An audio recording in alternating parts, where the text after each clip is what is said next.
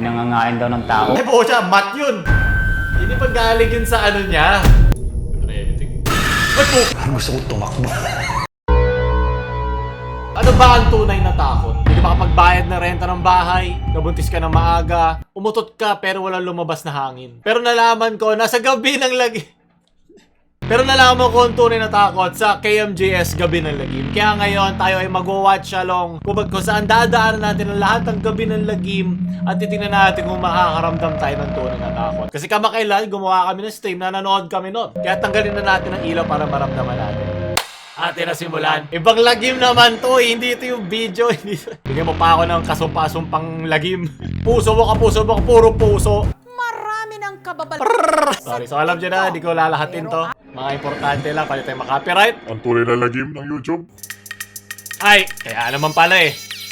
Parang TikTok ka talaga, mumultuhin ka. Puro ka TikTok ng TikTok, wala namang nanonood sa mga pinupost mo. Ako, pinapanood ko yung sarili ko, bakit ako nanonood ako ng TikTok? O balungkot mo. Nakaibang pagtatanggol sa sarili, pero naiintindihan kita. Takin, wala na nagsasalita. Pag pinag-uwi, wala pa nagsasalita.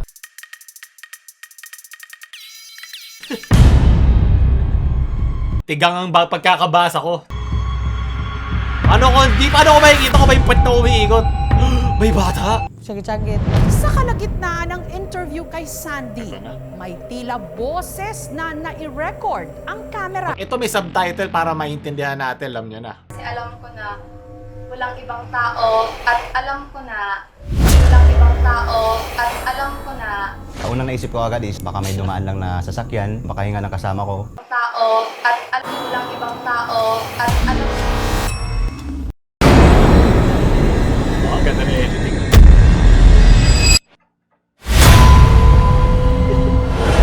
Dapat black yung lipstick, hindi red. Wala kang sakyan, dili na mo gana. Dili na gana. Sinapian yung kotse, hindi kumana. Bakit? Ano nangyayari? Uy, ano? Ha? Uy! Magdasal na tayo bago kayo bumiyahe. Panginoon, ingatan ho ninyo ang mga kaibigan ko. Saan siya galing? Paalis sa sila eh. Bakit bigla siya ha?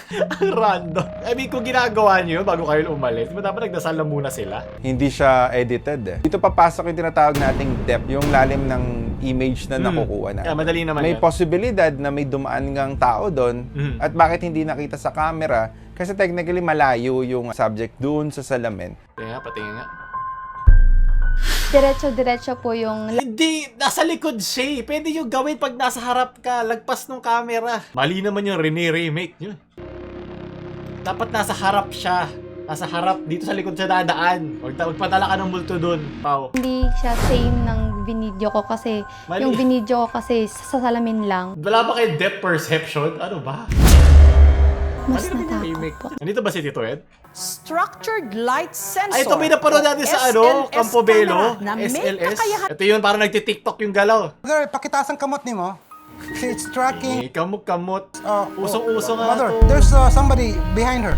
See that? Kita mo yan? May tao sa ano? Ang nakakasar dito, hindi nila ini-explain paano siya gumagana eh, di ba? Light sensor, so ilaw. Diba, parang pareidoll yan na tayong mga tao, sanay tayong makahanap ng mga muka. Hindi ko alam kung ano yung sanay hanapin ng mga ganitong light sensor. Baka makita lang na 5 points of light, i-connect niya, gagawa siya ng katawan. At madaling gumawa ng kahit saan. Ito na, wala na ba to? 200 pesos to sa Shopee ngayon. So, mas mahal ba to? Mas para mag-iisa akong paranormal expert. Kailangan ko ng structured light sensor. Yan, bata.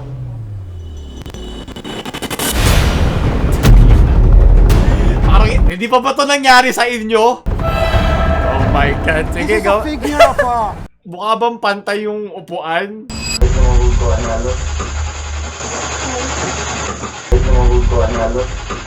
Ang big na naman!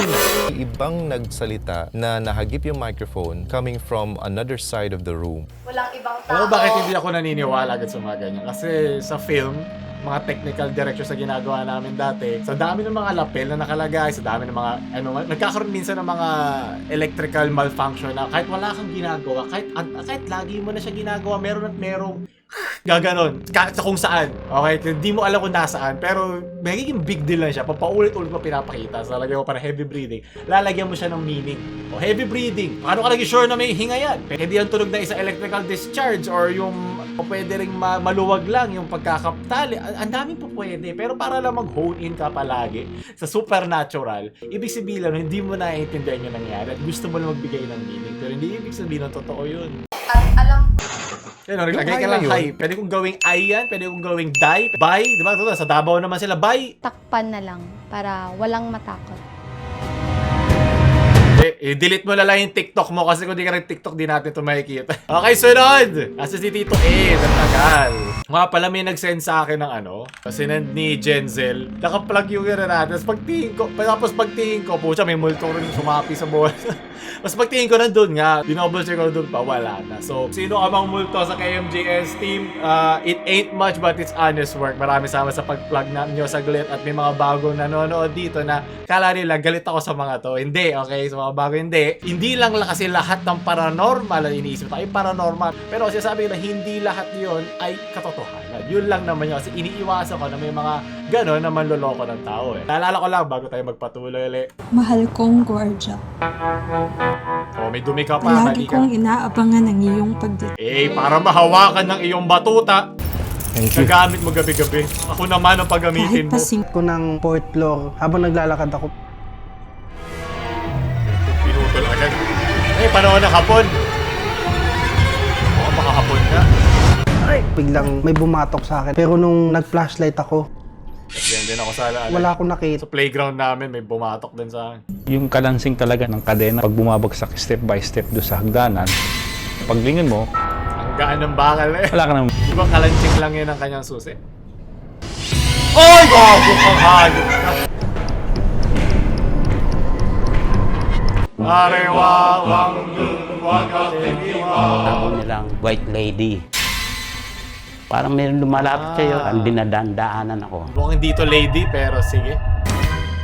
Bigla na lang So po parang nawala. may residual na mangyari. Pakibigyan na lang ito kay Junay.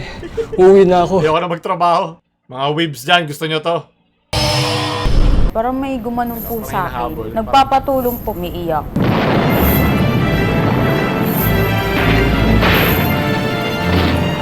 Iisip ko tuloy, paano kung hapon yung pumunta dyan? Atakihin kaya nung babaeng multo na Pinay yung hapon na yon? Kasi ganun yung ginagawa ng hapon na to. Di ba meron ang quote, all is fair in love and war. Walang tama, walang mali. Dahil gera yan eh. Pag hindi ako lumaban, ako papatayin at vice versa. Ganun isang pagmamahal.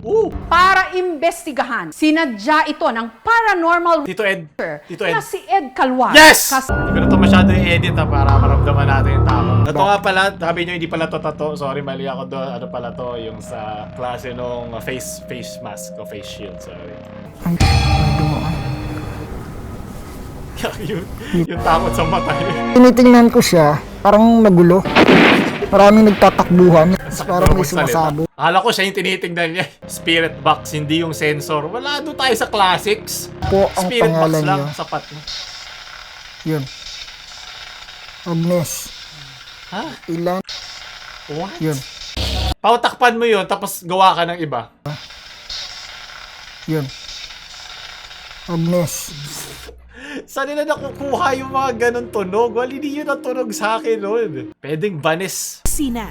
Piprepare tayo ng sulatan. Pag upo mo doon, sulat mo lang ng isulat. Pero walang ilaw. Takot na siya. Ayaw niya gawin.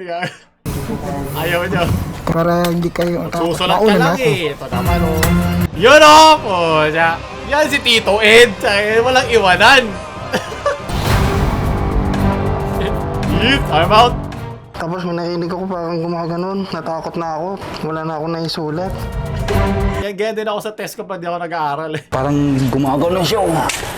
Ay, pumunta. Galing ah. Sabi mo yung mararamdaman ko. Hindi ko na isulat. Takot na ako. Disappointed siya Tito Ed. Gusto ko tumakbo. Yan yung sabi ng mga politiko eh. Buhay na buhay po ang post office at mananatili itong buhay hanggat may mga empleyado at may mga tao na magpapatronize ng serbisyo ng post office. Gusto na nga tumakbo ng isa eh. Gusto ko tumakbo. Thank you so much. Thank you so much. Sunod! Dalaga sa Marinduque, niligaw naman nila tawagin ngis-ngis. Ang nilalang na matagal na nilang. Prip top, nilalang na matagal na nilang. Bars! Tao Uy, yan ba yung ngis-ngis? Ay, sorry. Nangangain daw ng tao. Ay, buo siya. Mat yun.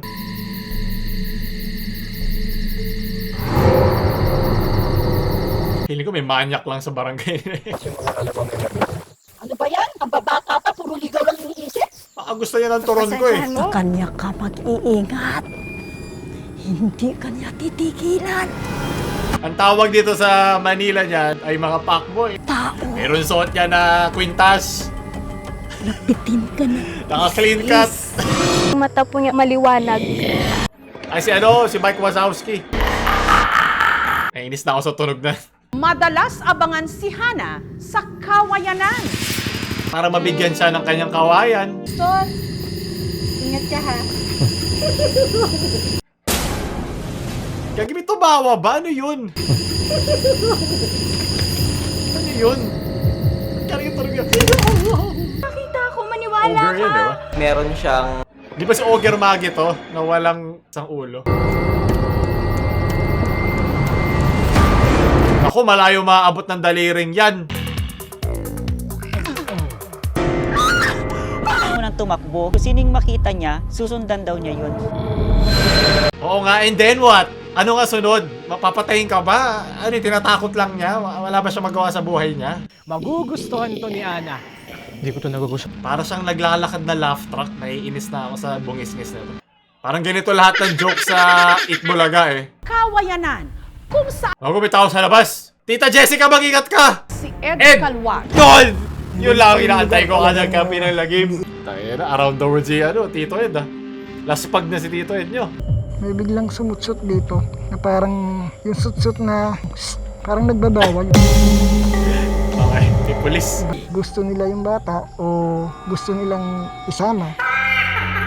Hindi ko naman takutin yung bata. Hindi. Gusto ko yung tinanong pa ni Ed, gusto mo pa sumama? Paano kung buo siya? Cut na, pack up na. Wala na pala tayo kailangan gawin. Trauma na yung bata, hayop. Elements 1, po siya na Elder Wand. Ala, ayan na. Wingardium Leviosa! Saan? Hindi kaya gagalawin niya. Sabihin mo sa kanya, iwanan ka lang. Yan ang boy best friend. Yung nagustuhan niya, yung haba ng buhok. Pag babae, ano gusto mahaba? Parang sa Charlie's Angels yun, yung maamoy. Ako, Tina Jessica, mahaba buhok mo, takbo! Alang kukurap. Tina Jessica. Hindi na, papayag ako. Ipuin niya na yung buhok niya. Puta kalo ko nihihipuin. Yun, galing. Ha? Hindi pa galing yun sa ano niya?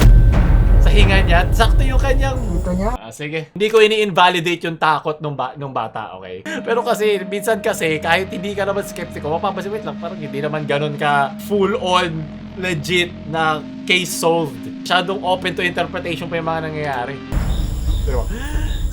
Ayun, sakto. Saktong-sakto yung taas ng kanyang dibdib.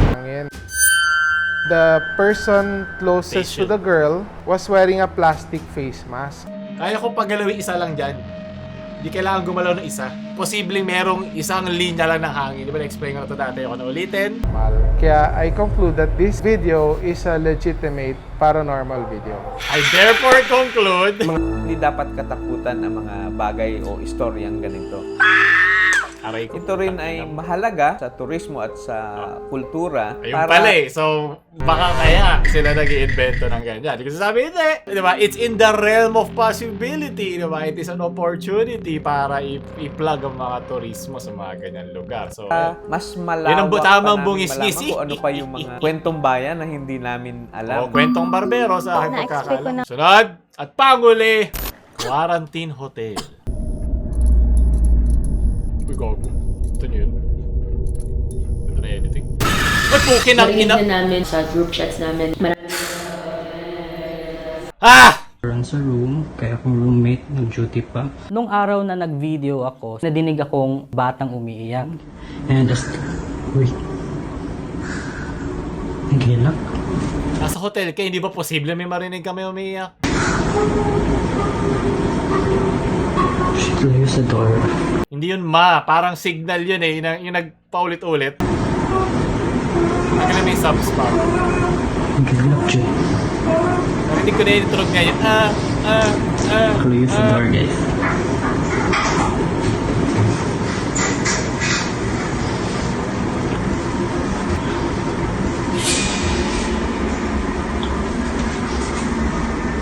Lagi niyang Kala ko sinasabi multo yung yung nasa word likod. na mama. Wait. Para pinapakita rin ng hotel na maganda yung kanilang mga kwarto. Turismo nga, sabi nga May nung times sa Marinduque. na- O, dito nagtatrabaho, boss, oh! Dito nagtatrabaho, nag-ML, oh! Boses ng bata sa likod ko. Ito, isang to, gusto niya lagi Nahulog yung patay. sabon. Nung Nako, wag mo pagkuha ko ng pupulutin yan, wag! Parang sa presinto lang, wag kang pupulot ng sabon. Kaya akong sinaktan. Alam mo, nangyayari sa akin yun. Yung may mga sugat ako, di ko alam saan Gusto mo nanggaling. nang umuwi. Pero never ko inisip ng multo yun. Di ba? Isa-isip, wait lang, baka naman tanga lang ako, baka tinamaan ko lang, meron akong binuhat. Pero pag gugustuhin mo nga, nabubuo siya. Ganyan kaganda ang utak ng tao, di ba? Ganun ka kabulaklak. Innate yung natural na fear. May impact din doon yung stress and anxiety. Lalo na sinasabi po ko sa kung iyo. tayo ay napapalayo sa ating social support system, hallucinations. Yan, hotel na nga talaga. Time na last few days na lang kami sa hotel. Feeling ko Gumalaw na ito ulo, ba, time ito na mo. last Ayun, few days tumaba, na lang kami bottom sa left. hotel. Parang Thank you so much, At thank you so much sa mga nanonood ngayon. Gusto pa mga ganito, huwag nyo kalimutan like, share sa mga takot nyo ng friends. At huwag nyo kalimutan mag-subscribe kasi bumultuin ko kayo.